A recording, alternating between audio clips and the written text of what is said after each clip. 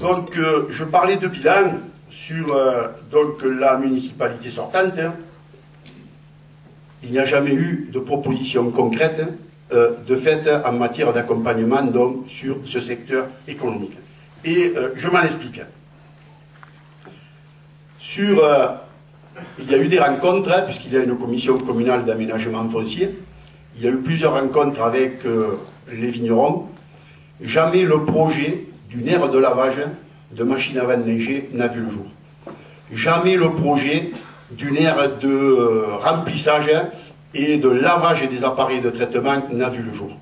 C'est quelque chose qui aujourd'hui fait largement défaut dans notre village.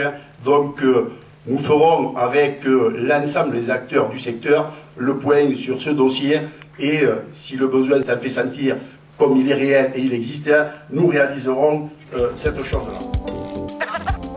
Pour continuer à donner aux associations les moyens de fonctionner correctement. Quand on dit les moyens de fonctionner correctement, pour les associations sportives, ça veut déjà dire leur donner des installations qui soient adéquates et propres à la pratique de leur discipline.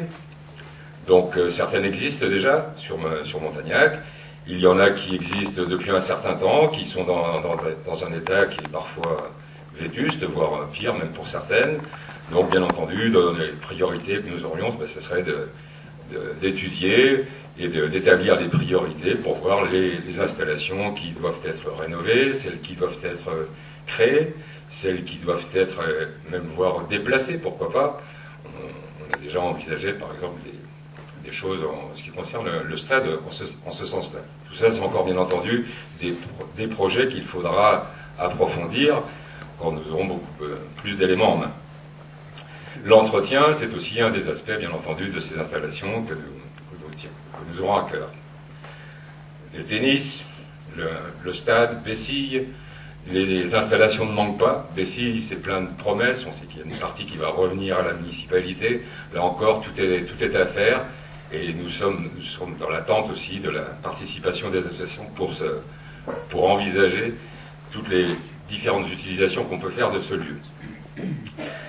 Favoriser le fonctionnement des associations, ce n'est pas uniquement non plus la pratique de leur discipline sportive, c'est aussi pouvoir offrir à ces associations des lieux de convivialité pour se retrouver, soit entre eux, entre membres de l'association, mais aussi dans le cas de rencontres sportives, pouvoir recevoir de façon acceptable des équipes, de clubs venant de l'extérieur qui puissent repartir en ayant eu de Montagnac un souvenir agréable. Quand on a fait un match de sport et qu'on se retrouve dans une petite salle, on est invité à voir le pôle d'amitié avec l'équipe adverse, c'est agréable à faire dans des bonnes conditions.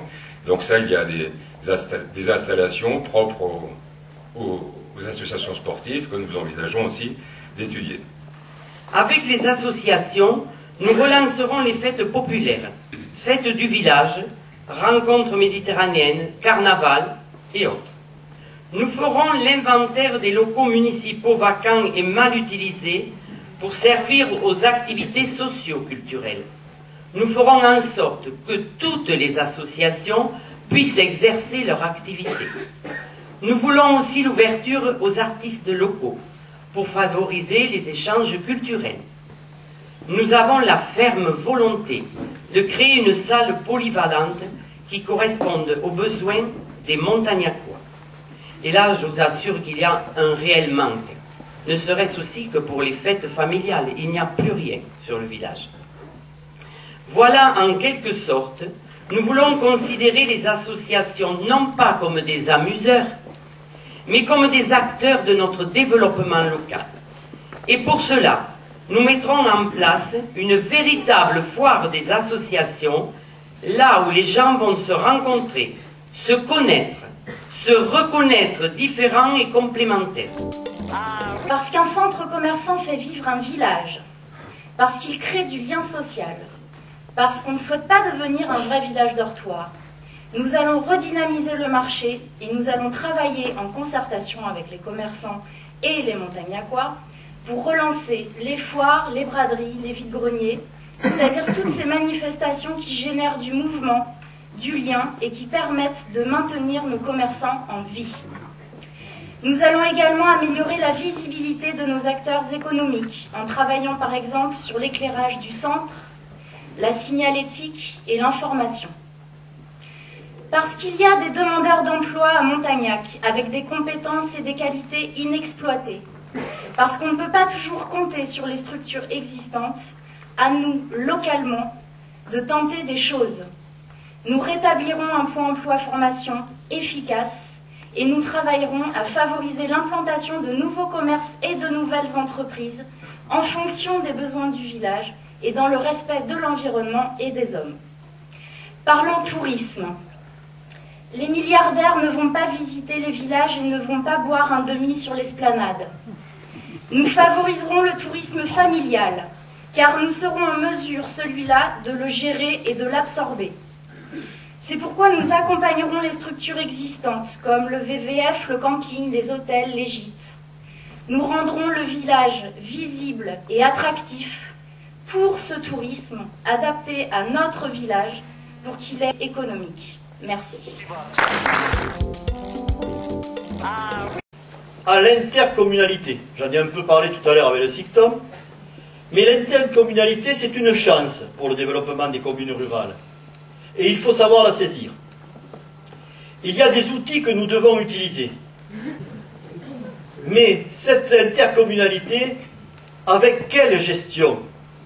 La Chambre régionale des comptes, c'est pas moi, c'est vraiment un organisme officiel, dénonce une gestion insuffisamment contrôlée. Et si je peux reprendre un des membres de cette intercommunalité, l'ancien maire de Port-Iragne, qui disait « On avait construit cette communauté pour mener une réflexion par une action à une échelle plus pertinente que celle du territoire communal. Ceci concernait le développement économique, l'aménagement du territoire et l'environnement.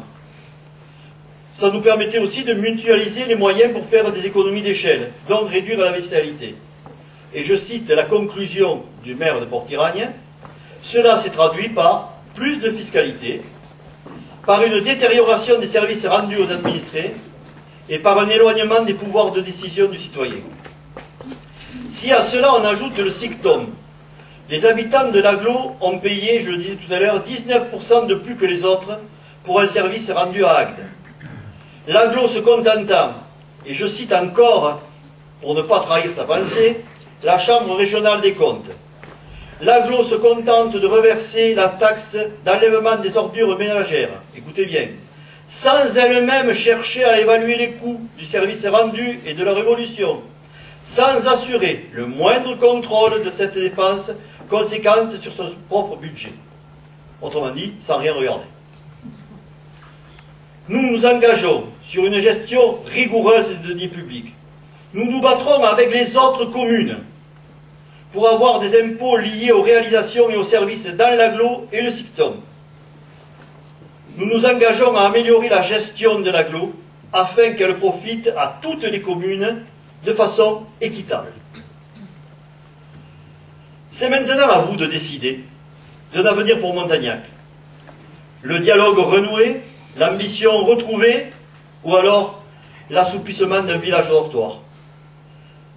Depuis quelques mois, nous sommes allés vers vous, motivés, très motivés, avec en main un rameau d'olivier, un arbre qui dure, vous en avez autour, aux feuilles persistantes.